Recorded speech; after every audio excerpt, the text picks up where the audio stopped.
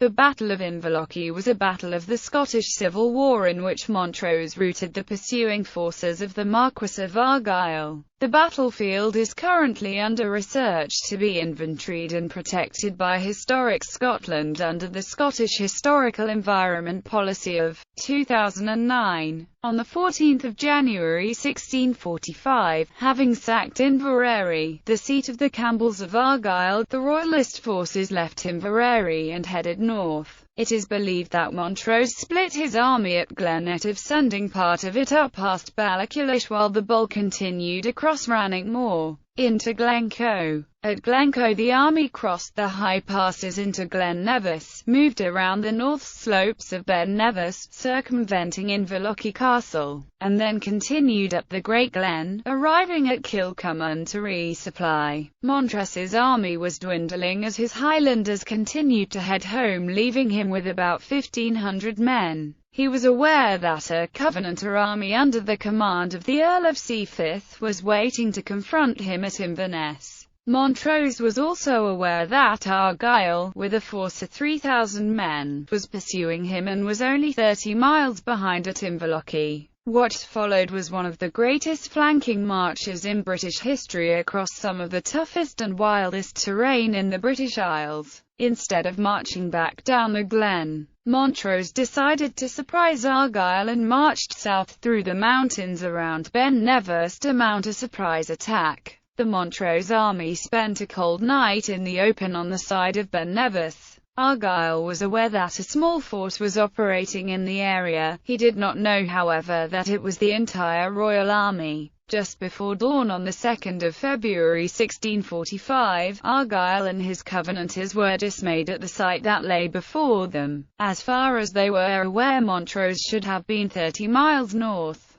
Argyll did not stay for the battle, but instead he left the command of his army to his general, Duncan Campbell of Auchenbreck, and retired to his galley anchored on Loch Linnhe. Auchenbreck lined up the Covenanters in front of Inverlochy Castle, which he reinforced with 200 musketeers to protect his left flank. In the centre he placed the Campbells of Argyll and put the lowland militias on the flanks. Unlike at Tippermuir and Aberdeen, where Montrose had annihilated hastily conscripted and poorly trained militias, the troops he faced at Inverlochy were veterans of the war in England. Montrose lined his army up in only 2 lines deep to avoid being outflanked, placing his 600 Highlanders in the centre with the Irish on the flanks, the right being commanded by McCulloch. The fight did not start straight away, and instead skirmishes broke out along the line. This is probably because Auchenbreck and his officers believed that they were only fighting one of Montrose's lieutenants and not the man himself, believing he was still far up the glen. Just before first light, the Royalists launched their attack.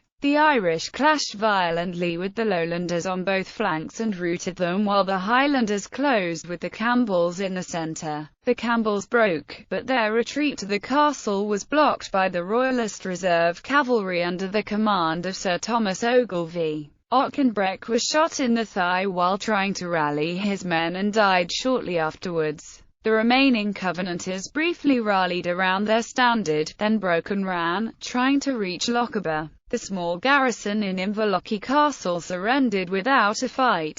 Over 1,500 Covenanter troops died, while Montrose is reputed to have only lost 250 men, the most notable being Sir Thomas Ogilvie, who was killed by a stray bullet. Montrose, through his lieutenant, McCulloch, was able to use this conflict to rally Clan Donald against Clan Campbell. In many respects, the Battle of Inverlochy was as much part of the clan war between these two deadly enemies and their allies as it was part of the Wars of the Three Kingdoms, and that is how it was portrayed in Gaelic folklore.